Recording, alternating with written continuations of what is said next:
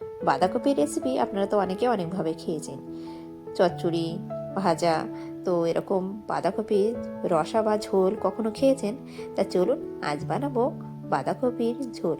তো কীভাবে বানাতে হবে দেখতে হবে তো, তাহলে রেসিপিটি শুরু করা যাক। তো বাঁধাকপি কুচি আমি এরকম সেদ্ধ করে নিয়েছি, আর নিয়েছি আলু টুকরো করে কেটে খোসা সমেত আলু নিয়েছি, কিন্তু সেটা আপনাদের আগে দেখিয়ে দিয়েছি। তো দেখুন বাঁধাকপি সেদ্ধ হয়ে গেছে, নামিয়ে নিয়েছি। ওই কড়াই সর্ষের তেল দিয়ে দেবো, দিয়ে তেলটা গরম করে নিচ্ছি, নিয়ে আলুগুলো ভেজে নেবো। তো দেখুন আলুগুলো দিয়ে একটু নুন দিয়ে আলুগুলো কিন্তু ভেজে নেবো। তো নমস্কার বন্ধুরা, ওয়েলকাম টু আপারনার কিচেন। আর কদিন ধরে আমার শরীরটা ভালো ছিল না, এই জন্য ভিডিও ছাড়তে পারিনি। তাই আলুগুলো ভেজে তুলে নিয়েছি। এদিকে এবার চিংড়ি মাছগুলো দিয়ে দিলাম। চিংড়ি মাছগুলো ভেজে তুলে নিয়ে ওই কড়াই আর একটু সর্ষের তেল দিয়ে দেবো শুকনো লঙ্কা, তেজপাতা, জিরে, পেঁয়াজ কোচানো, আর দিয়ে দেবো আদা রসুন বাটা আর টমেটো কোচানো। দিয়ে এখানে শুকনো মশলা দেবো, হলুদ গুঁড়ো, লঙ্কা গুঁড়ো, জিরে গুঁড়ো, ধনে গুঁড়ো দিয়ে ভালো করে আমি মশলাটা কষিয়ে নেবো।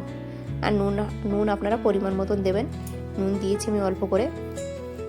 তো এখানে কষিয়ে নেওয়ার পরে আলু, চিংড়ি মাছ ভেজে রাখা, এদিকে সেদ্ধ করা বাঁধাকপি দিয়ে দিলাম। দিয়ে কিন্তু ভালো করে কষিয়ে কাঁচা লঙ্কা দিলাম দুটো, দিয়ে এখানে পরিমাণ মতন আমি জল দিলাম। যেহেতু বাঁধাকপিটা একটু ঝোল ঝোল মতো রসা মতন হবে, তো আমি কিন্তু একটু বেশি পরিমাণে জল দিয়েছি দেখুন। তো এইভাবে রান্না করে এটা কিন্তু গরম গরম ভাতের সাথে বেশি ভালো লাগবে আর কি।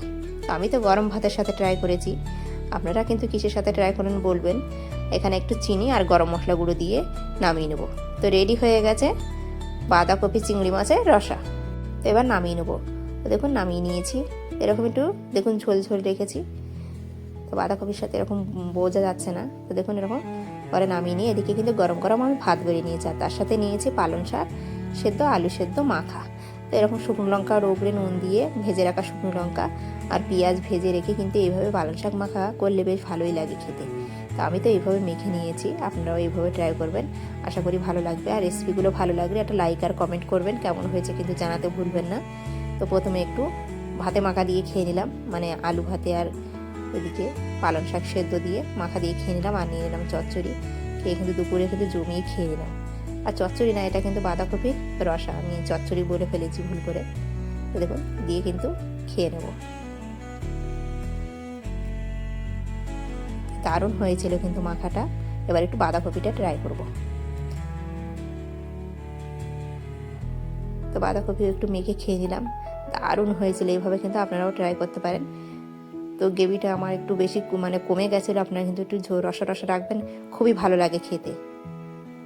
আর আমার তো ভীষণই ভালো লাগে। তো আজকের মতন এটুকুনি, টাটা, দেখা হবে আবার নেক্সট ভিডিও বা রেসিপিতে।